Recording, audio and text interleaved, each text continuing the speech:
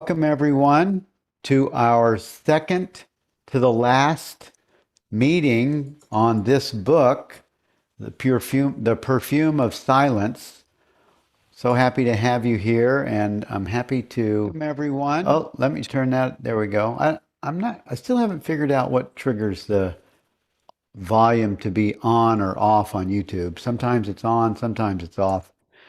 Welcome everyone back to our book study, our second to the last one. We have one more left, and then we've gone through the whole book since January.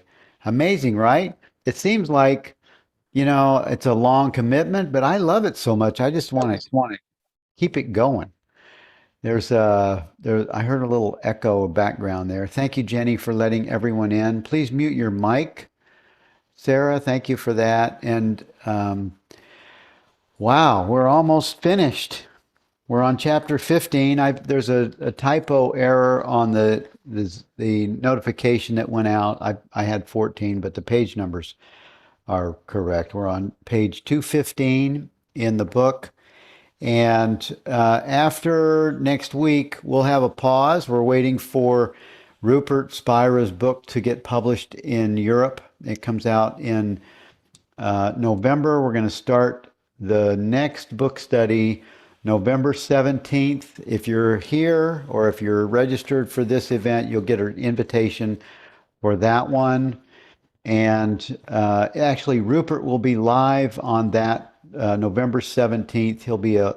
He'll be starting the book study himself, because this is actually going through Rupert's organization. And thank you, Jenny, for being a faithful co-host and someone that I just love and rely on very much. All of us do. Thank you for being here and for being such a great co-host, and now has become a good friend. Well, thank you, Bill, for inviting me to co-host this beautiful book. I absolutely love it, as you know, and it's been a pleasure to be with you and to be with everyone. Yeah, thank you. And for all of you, I have some kind of, like, I was swinging an axe the other day to cut a root on a tree, and I busted a blood vessel or something in one of my eyes. So it's red. I'm not like drinking or high or anything like that. I just had a little kind of an accident. Although I used to do those things a long time ago. Blessings on anybody that is in trouble that way. Chapter 15, we're on page 215. Jenny, where would you like to start? Let's start at the beginning with the first question. When I see that the world arises in me, there is no sense of participation, but this understanding leaves and I'm involved again. And Francis explains that it's the revelation that the world arises in me. In other words, I am everything, that is important, not the pleasant feelings that accompany it. And he says there's a tendency to forget the revelation and become attached to the objective aspect that accompanied it, to make an image of it. It is as if God reveals herself surrounded by trumpeting angels, and we tend to fall in love with the music and forget the revelation of God, which is invisible, inconceivable, and untouchable. And I think that's maybe a mistake that all of us have made at one time or another. Yeah. Yeah, first of all, I think there's a couple of things in that paragraph that I wanted to highlight. And one is that, Francis is saying that we're all the same. There's a tendency to forget that, that's pretty natural that we forget until we don't. And then I also love the way he refers to God as a her, God herself. God reveals herself surrounded by trumpeting angels. As a male, I mean, I must have been, female in other lifetimes or something, because I have a real love for women, and not physical, but I just think that, the guys that starts with the Bible, and it has all the pronouns and the maleisms and all this other kind of stuff. But when you go to spiritual groups, or when I used to go to churches, it was mostly women. So I don't understand why it's so much a maleism thing. And I'm happy to hear Francis and Rupert or other writers, authors that refer to God as a her. It's just really appropriate. Yes, Yeah. And then really that last sentence that you just read is so, just hear the words of Francis, who is in my mind, he's a giant in amongst us as a being who really uh, got it early. He in his connection. He comes from that background of being a physicist and other things.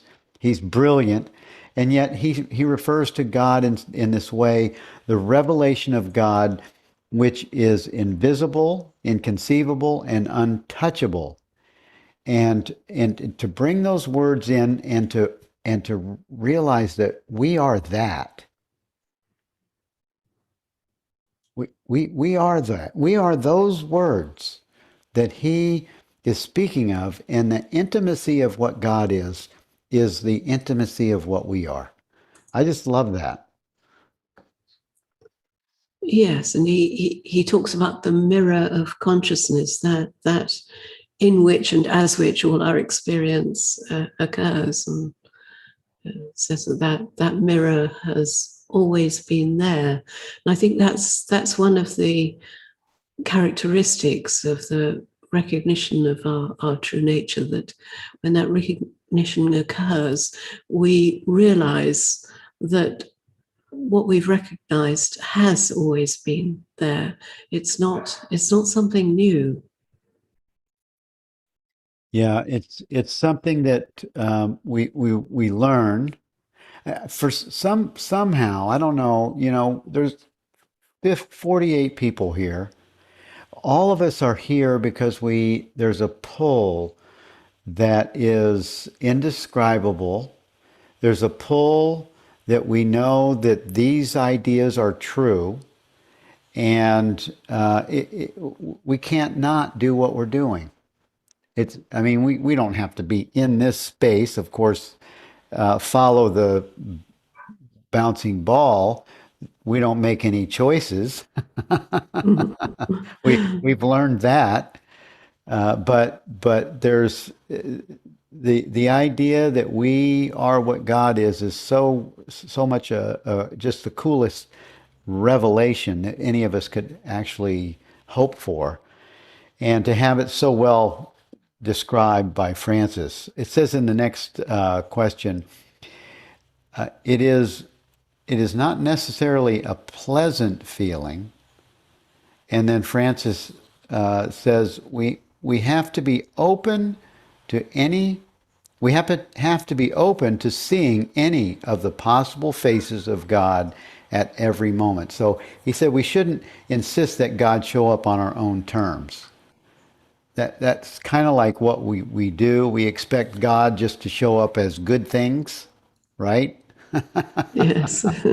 Doesn't work that way. And it's really helpful when we have such wisdom that points to that, so that we don't lose our the pull. We stay with it. Like we're going to talk about pain in a minute. I think that's a significant idea.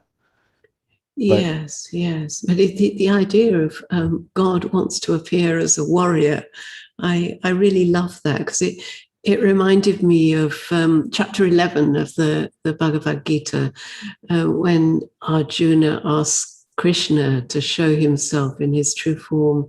When he does so, then Arjuna is absolutely terrified because he shows in many forms, but some of them are wonderful and some of them are absolutely terrifying and horrific.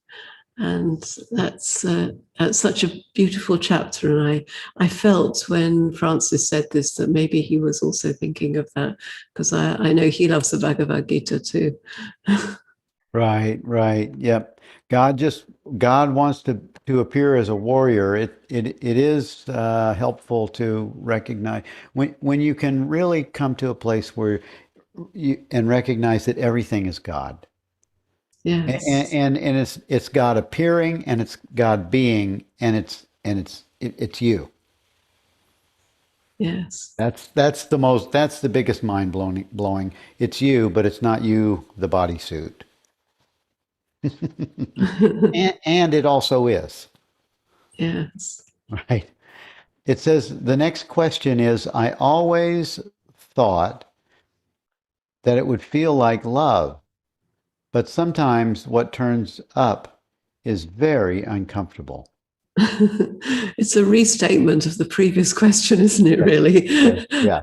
But what he does then is to explain that, well, first of all, he goes back to the analogy of the mirror, which is, he says, if we identify with the reflection, then we haven't noticed the mirror, which is the true revelation, the open secret. But then he talks about the transparent diamond, which is where the chapter gets its name from. And he says we fall in love with a beautiful box in which a transparent diamond has been placed, forgetting that the true gift is the colorless, transparent diamond. The box is so rich and full of color that we fall in love with it, but it doesn't have the same value as the diamond. I think maybe several of us have had the experience of giving children a beautifully wrapped present at Christmas, and they're much more interested in the beautiful wrapping and the box itself that it comes in than the actual present that's inside it. And it's something that we do that. We fall in love with all the side effects of the recognition of our true nature. Hmm. Hmm. Well, and actually, you could say this is the box. And I love. I mean, the box takes us to the experience. If you let go of the box and just open, it's the open space of experience for the pointing.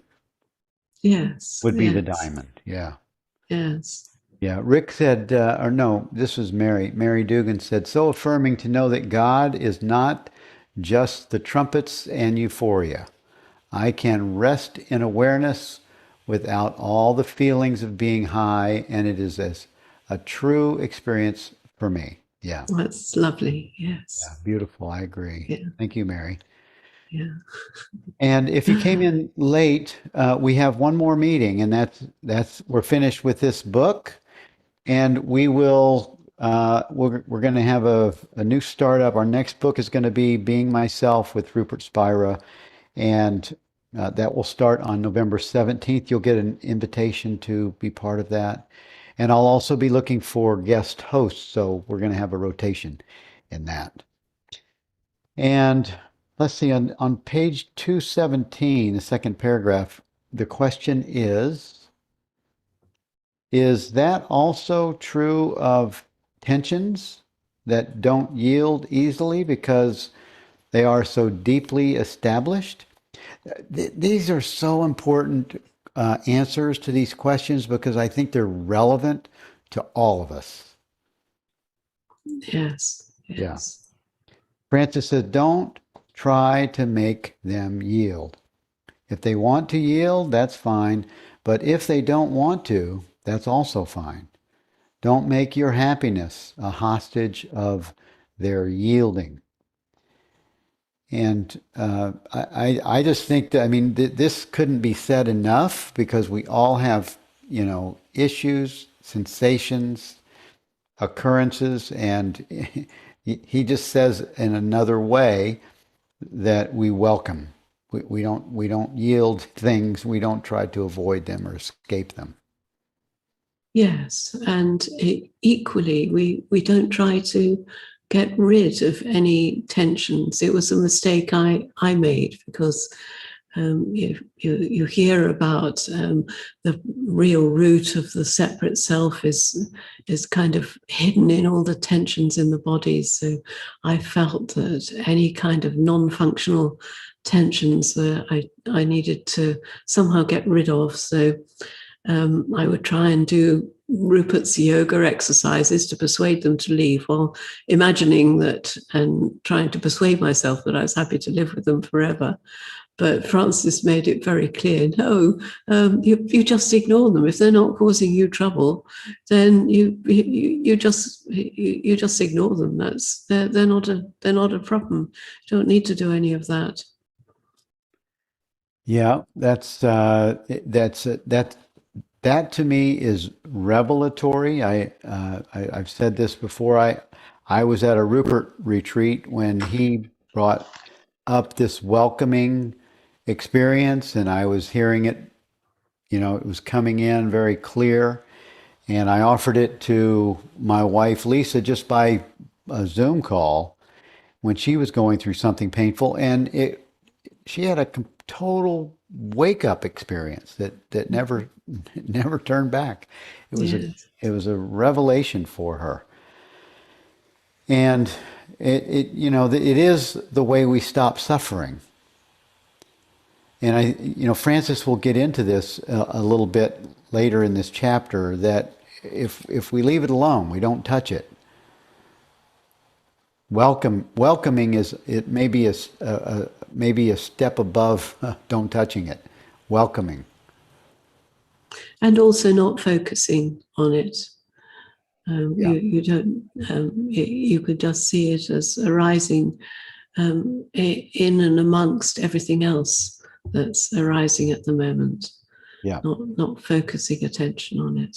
Yeah. And that's really important with regard to pain in the body as well as psychological suffering. Yeah. He gives in this last paragraph on 217, he says, just stick to the ordinary circumstances without labeling them ordinary. Be open to them and with no desire to change them in any way. They are, in fact, already magical and miraculous. They are the revelation of the Absolute. The mountains, for instance, are already miracles. We don't need a little angel on top of the mountain to make it more miraculous. So don't make one up. Yes. Uh, I think we imagine that enlightened sages live in a state of sort of perfect bliss and harmony and tranquility, but it's not the case. And that's the only difference, is that they don't reject the now. And that's one reason why retreats are so important, because you see a teacher dealing with ordinary circumstances of life, difficult situations, children taking drugs, car accidents, goodness knows what. And you see how they deal with that. They don't regard them as, they're not floating above in a cloud of bliss. They deal with them in an intelligent, practical and loving way. So it's not all floating on cloud nine. right. Rick says, welcoming. Francis often suggests the importance of welcoming whatever shows up. Would you agree that this welcoming, allowing, and noticing isn't an act of personal volition? Rather, it's a description, not a prescription, of what seems to occur. After all, anything that is manifested has already been accepted, welcomed by awareness, or it wouldn't have manifested.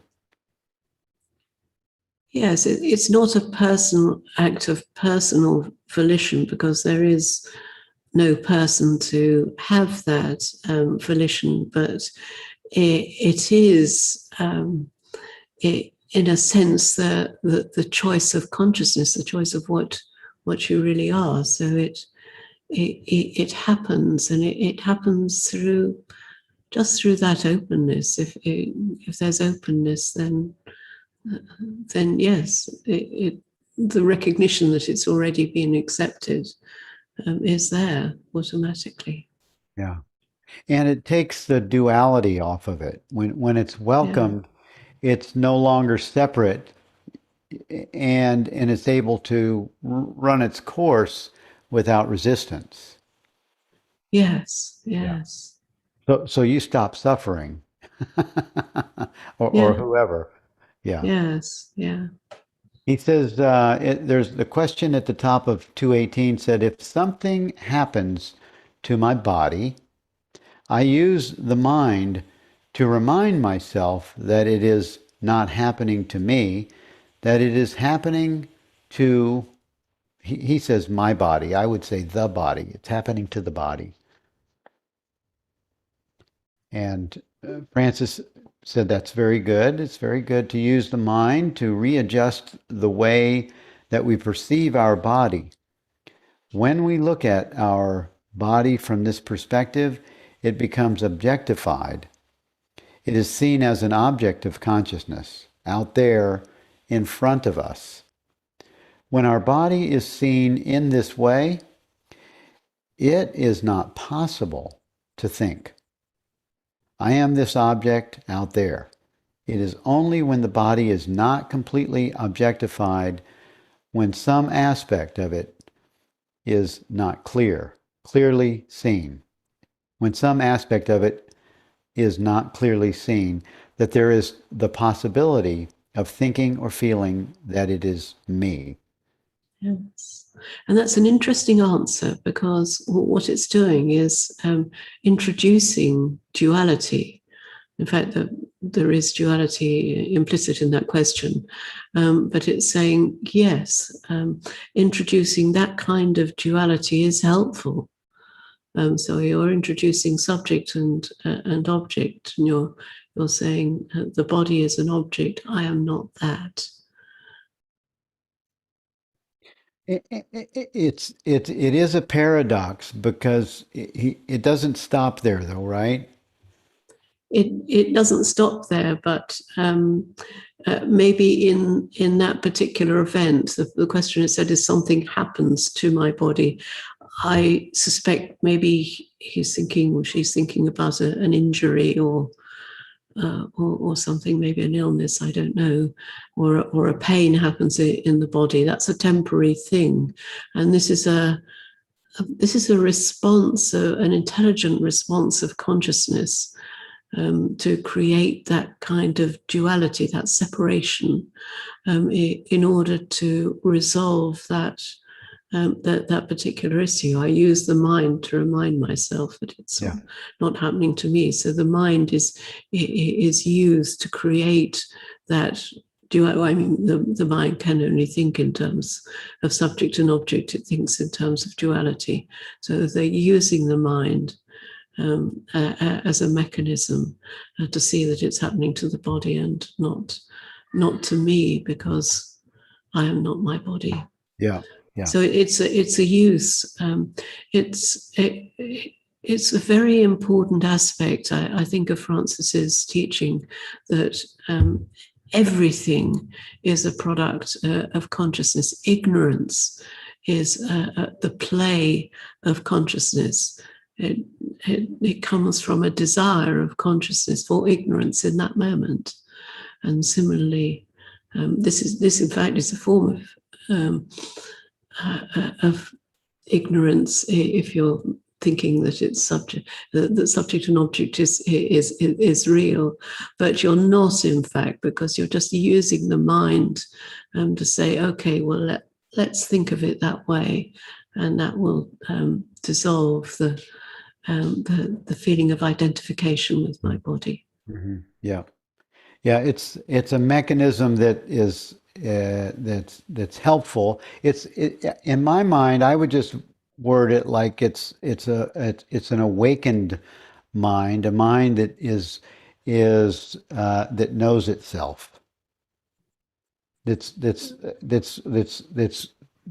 in the activity of this theming dualistic framework. It's a mind awake.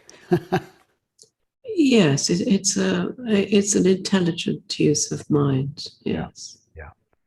Yeah. The next question, if the body is an object and I, as consciousness, am its subject, is this not duality? So that's really a response to that previous answer. And so he explains that that is just an intermediate step. Yeah. There's a progression, he says there's a progression of understanding from I am the body to I am nothing to I am everything. Yes. Yeah. Yes. And this might be the first time I've noticed that that Francis is referring to this process as progressive. It's almost like he's saying that this is a progressive direct path.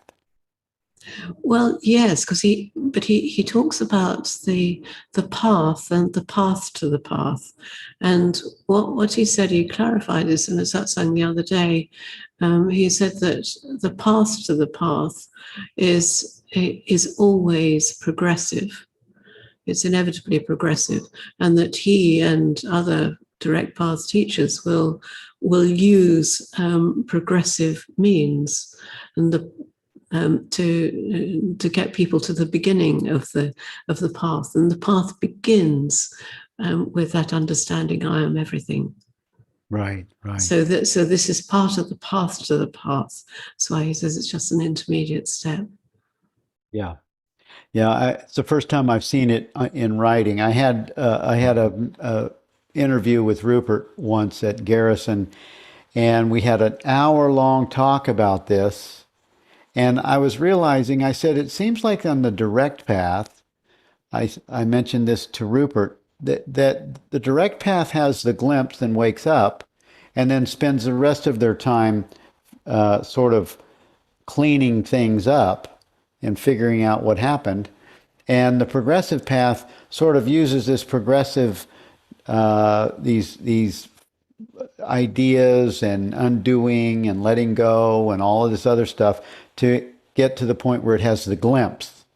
And it works for years and years and years to have a glimpse, and then it needs to start back to where the direct path did and use the glimpse to sustain the experience of its true nature. Yes, the direct path is not necessarily quick. It's direct, but it's not necessarily quick. And progressive elements, I think, are an essential feature of it. I think everyone, I think Rupert said once that everyone follows their own path. We all have our own paths, and they're all unique to us. Yeah. Before we move to 219, let's look at some of the questions. Rosalind says, hello, Rosalind. She says, though the welcoming does not come from a person when there is a constriction and then the release, it feels personal without attributing it to be a doer. Yes, I think it only feels personal because you're looking at it from the point of view of there being a person, of some kind of person existing. At some point, that person disappears. That imaginary person isn't there anymore. It doesn't mean that something might not be specific to a body mind. There are all sorts of things that are specific to to body minds. But that doesn't make it personal, because there's no person associated with each body mind. That's just something we imagine, but it's not real. Yeah. Does that make sense to you, Rosalind?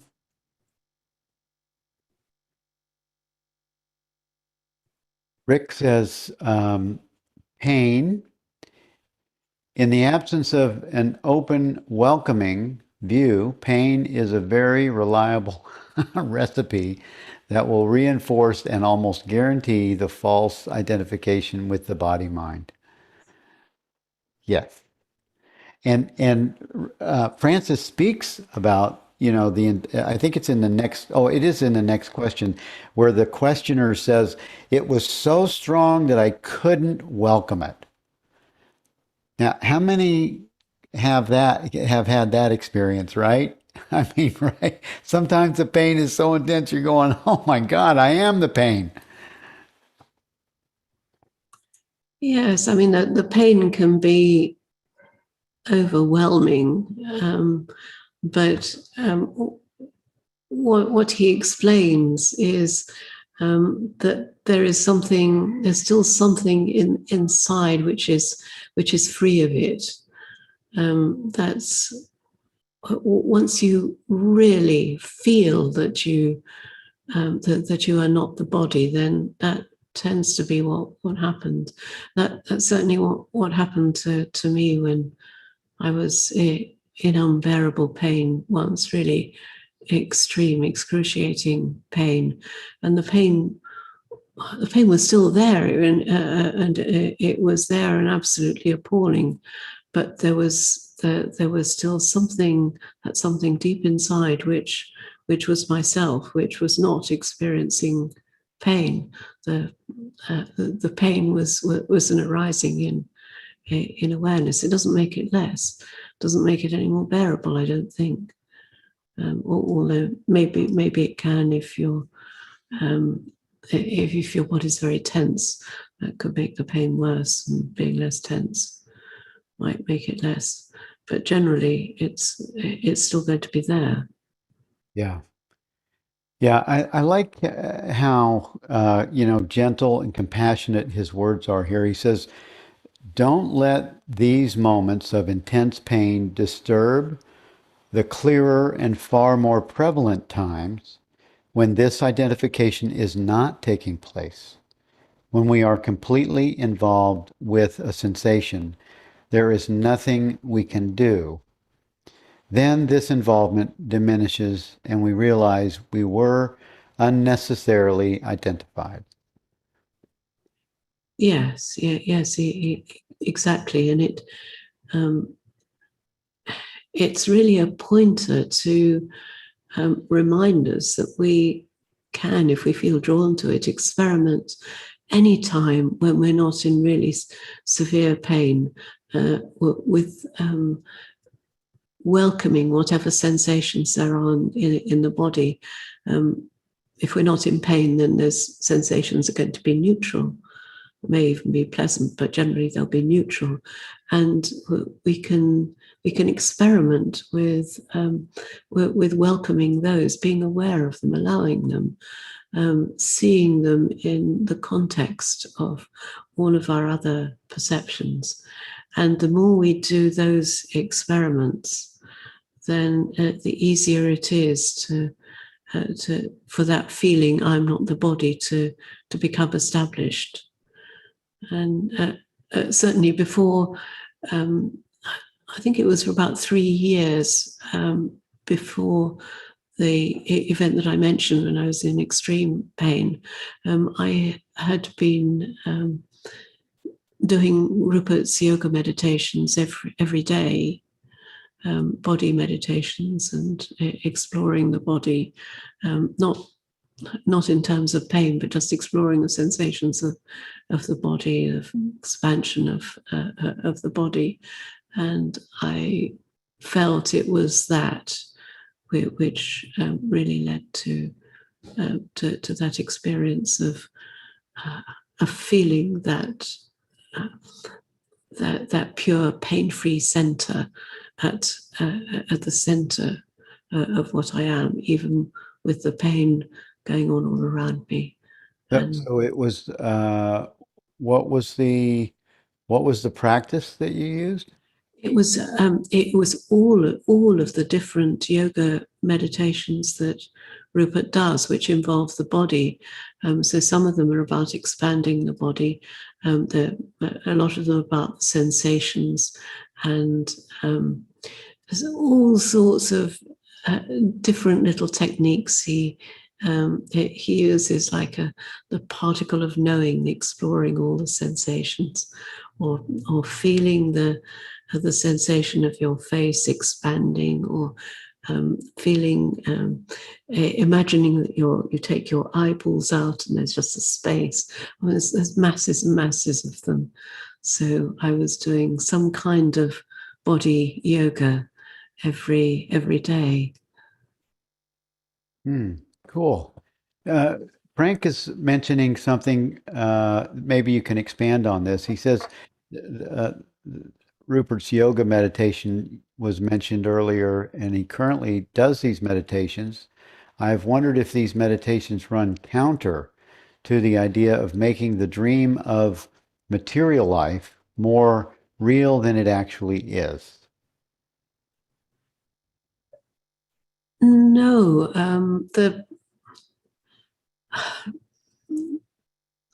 there are two ways of looking at the material world. You can look at it as a dream. That's the idealist view, or you can look at it from the realist view, which is often what Francis talks about. And either of those two models are reasonable models for our experience. So in this teaching, we don't deny the world in any sense. We there was a beautiful satsang recently. I put a transcript of part of it on my Facebook group, where Francis says that real materialists are non-dualists, and he explains why that's the case. That if you are a real materialist, you say there is nothing other than matter. So there is only one thing, there is only one reality, and that is the non-dual understanding. And he says it doesn't matter whether you call it matter or God, or consciousness, or awareness, or Brahman, or whatever you call it. It's just one thing. So we don't have any problem with materialism. There's no need to have a problem with it. Rupert does have a problem with materialism. He's an idealist, but Francis doesn't, and nor does Francis have a problem with idealism either. So both are possible, but they're only models. The important thing is that understanding there is only one reality. Yeah.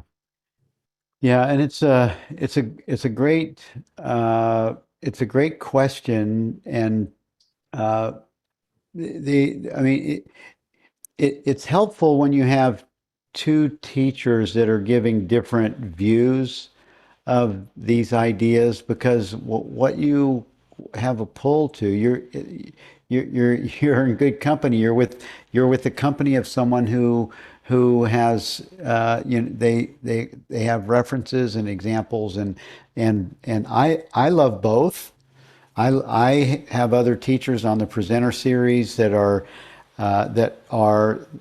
they follow the inclusion of all everything in the world is to be connected to it. I think Ellen Emmett is more like that. Be connected to the body mind experience, know the self, and then have that full connection with the body mind experience. Yes, absolutely. Ellen's yoga sessions, if anyone has an opportunity to do those, then and go to her she sometimes does one day sessions in various countries. I'm not sure she's traveling at the moment, but it's really worth trying. They are beautiful. Yeah. She does weekend retreats in the UK for anyone here is in the UK, and I hope she'll be doing those again soon.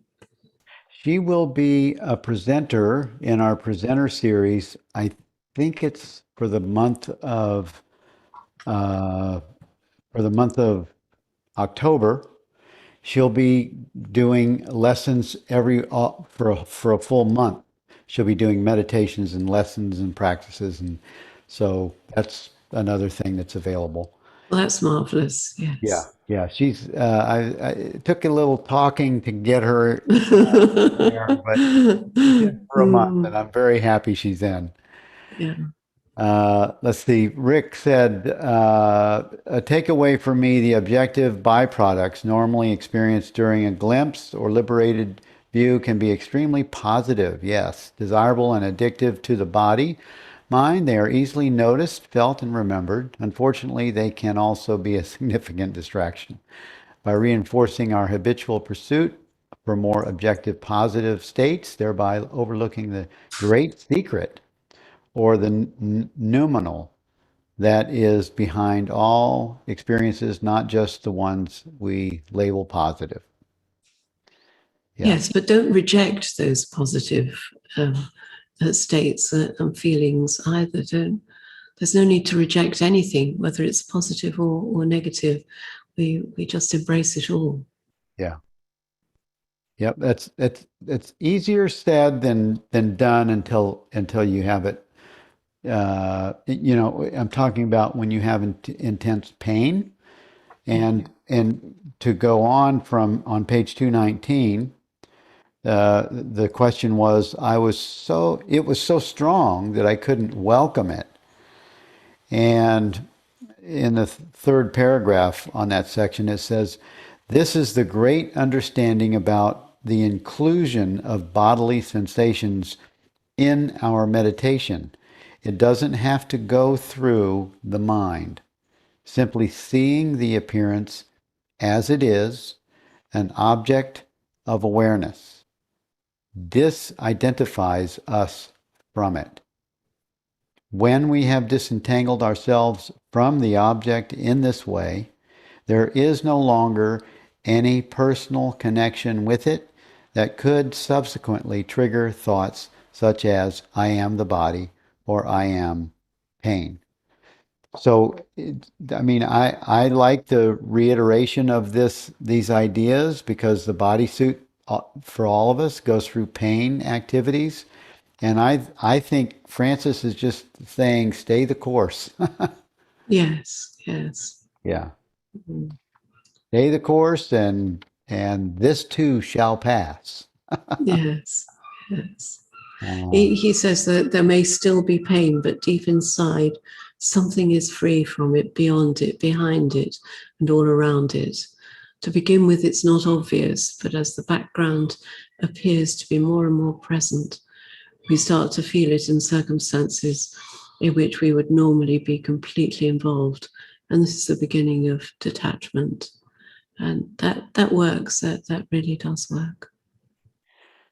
Yeah, it does, and it really helps to have the influence of these ideas, the teachings, the support of these conversations. It really helps to say, oh, okay, just stay with it, and staying with it. It just welcoming and allowing, and this too shall pass is it's the formula, or it's the antidote to the body mind that wants you to jump in with it and forget who you are, what you are. So he says, everything in the very last paragraph on that question, everything in our life is permeated by this understanding. The background comes to the foreground, just as the black tones come out of the photographic paper. It is revelation. And this, most of you know that I teach A Course in Miracles. The Course in Miracles has this great workbook lesson. I think it's 155. I will step back and he or it will lead the way. And that's what this is saying. That this is the background comes to the foreground.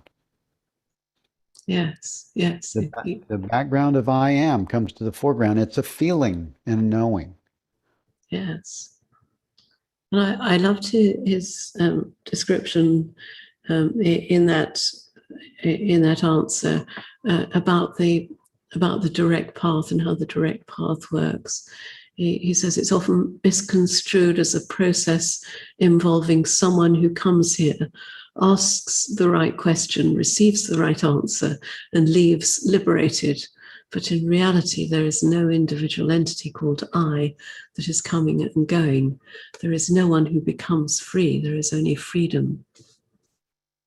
Yes, yes. Yes, you come to the place of total freedom. Yes, yeah. Thanks for adding that. The question at the bottom of 220 says, there is a discomfort that comes from a feeling of separation. Just witnessing this discomfort doesn't seem to be enough to dissolve it.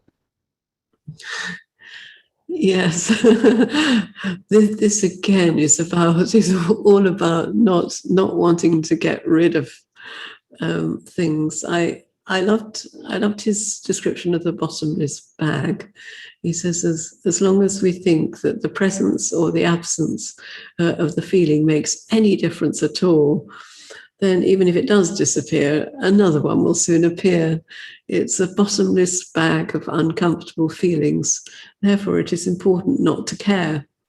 We just give up doing anything about the bag, just welcome the presence of the bag. After all, what does it really matter if we know that we are not the bag? That's perfect, isn't it? And he goes on to explain that the same applies to ego, the feeling of separation. If we try to get rid of it, then we're creating an ego killer, and that's yet more ego. Yeah, get the ego killer out. He says, we have to love it. Mm. It is the same with the feeling of separation. We have to love it. Yes. It's that welcoming, and that welcoming sort of brings you to a place of gazing and just beingness. And if you can rest there just a little bit, I think that's the piece of presence. It's kind of washing over it. Yes. And we still have about 12 minutes left. Do we have any questions? Anyone have anything they want to add? Let's see. We have something from Rick. I already saw that from Aaron. I used one of Joe Dispenza's meditations, elevated emotions. It was super powerful. What I realized was that I was identified as this person with this pain, and when I decided to identify with other more elevated emotions, gratitude, love for life, I literally became identified as that. And the pain disappeared without my even really noticing it, perhaps within 5 to 7 days. Miraculous. Beautiful. Beautiful. The only thing about, and I love Joe Dispenza, but it feels like the teaching to try to get rid of something, even to, sort of cleverly do this while you're doing this as a way of resolving it. I love the meditations. I've practiced his meditations, but there's something underneath when I have a different motive. When there's a motive to get rid of something, it seems like it's Maybe it's a temporary means. I don't know. But his meditations are amazing. Yes, I mean, if we're trying to get rid of something, then that is ego. That is a person trying to get rid of something, because awareness welcomes everything. Reality is everything. Yeah. Yeah. To Rupert, consciousness is primary, and that there is no matter but only consciousness. He points to the fact that we cannot experience anything outside of our awareness of it. It's true that we can't experience anything outside our awareness of objects, but that doesn't mean he does take an idealist perspective, and he does stick with that. But there's a deeper level of the teaching which Francis teaches, which is to do with not knowing. And it's something Rupert doesn't cover at all. And I think because it's harder in a way. And what he says, what he said to me was, I just want to liberate you from the belief in idealism, just as I would want to liberate a realist from the belief in realism, both idealism, some forms of idealism, including Rupert's, and realism, some forms of realism, but not all, are both consistent with non-duality, and we cannot choose between them. So we can't say for certain which model is correct, and that's not knowing. That's part of not knowing, and that for me was something different I got from Francis, which I felt was very important. It was it's connected with freedom, and Francis connects it with freedom too. But I felt it as freedom, the freedom of not knowing. Mm. That makes total sense, and there's no attachment. It's what I call high participation in whatever, and no attachment to either. Yes, exactly. Either is possible. Yeah, that makes sense. Yeah. And Rick says, we always want sprinkles on top of our ice cream. Sometimes I just want vanilla, Rick. Sometimes I just want the plain vanilla. Good for me. I prefer strawberry, but there we are. Cobbler around. Frank Garcia says, Jenny, did you say you recommend Rupert's yoga meditations? Yes or no? Yes, absolutely. I recommend Rupert's yoga meditations. I also recommend Ellen's yoga meditations. Yeah. I haven't heard Francis's yoga meditations. I know they're different. They're much more like Ellen's. Ellen's are much closer to Francis, I know. But I will do very soon, because he's running an online retreat. He doesn't make any of his yoga meditations downloadable or purchasable. They're only on retreats. And for the first time ever, it's doing an online full retreat in which he's doing yoga meditation. So that's for people who want to know the dates. That's September the 10th is the first one, and September the 17th is the next one. So I'm very excited about that, to experience those. Wow, cool. September 17th, that's the weekend of our conference. And I'm sorry, Bill. He'll be one of our speakers for the conference, but I'll have to miss his meditation series. Let's see. Oh, and doesn't Francis' wife, Lori, is her name Lori? Doesn't she? Laura. Laura. She does meditations too, doesn't she? I don't know whether she does yoga meditation. She comes from a slightly different spiritual background, I think, from Francis. So her teaching is not the same. But I don't know whether or not she does yoga meditations. I think probably not. I know she does other types of meditations. Okay, okay. I've listened to them. I didn't know what they were from. Mhm. Some meditations focus on the distraction or motive versus the accepting, allowing, and welcoming, meaning it's centered around the me from Rick.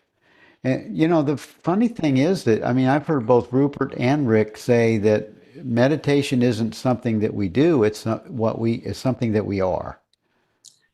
Yes, Francis clarified that in a satsang recently. It was very interesting.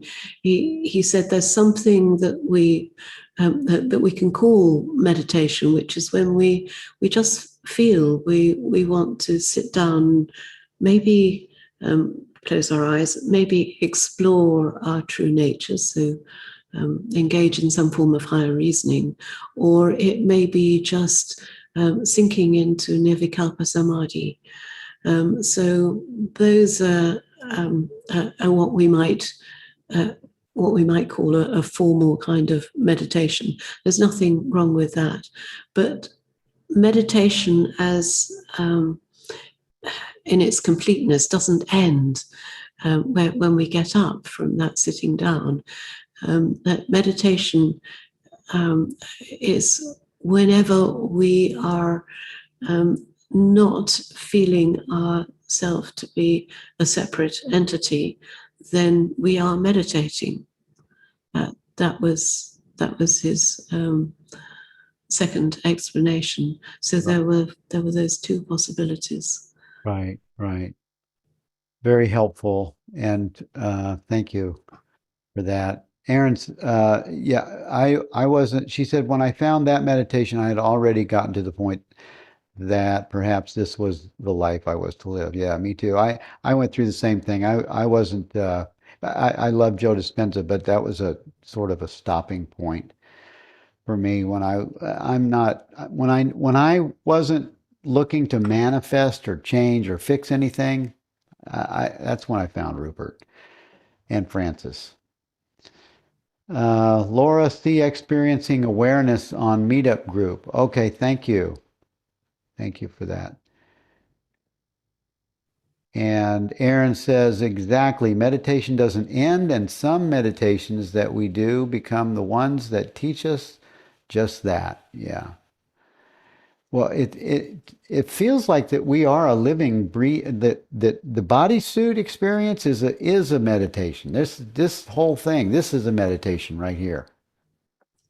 Yes, it's meditation doesn't end because we always are what we are, and that isn't a personal, separate body, mind, consciousness. Always is what it is. Being is, not being is not. Yeah.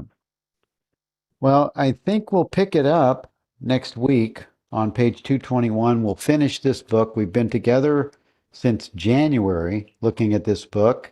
Congratulations to all of you.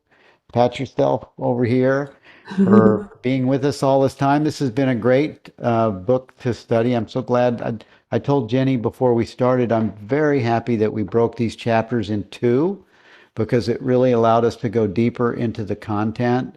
I feel for me, I've got a lot more out of it by not being in a hurry. And if you came late, we have one more session for the Perfume of Silence.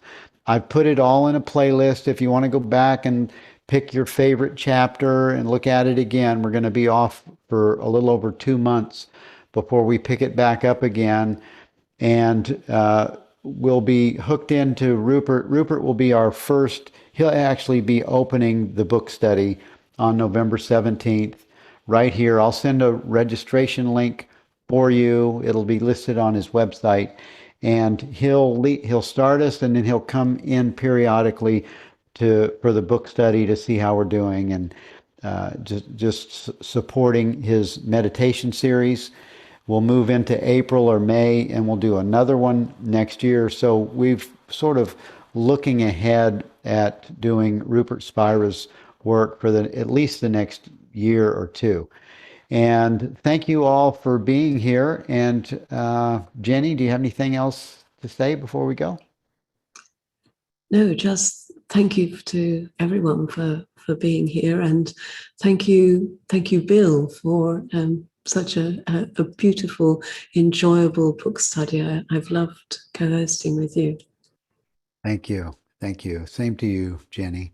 And if anyone is interested in interviewing for to be a co-host on the Rupert series, please write to me at billfreeonline@gmail.com, and we'll have a talk about it. All right.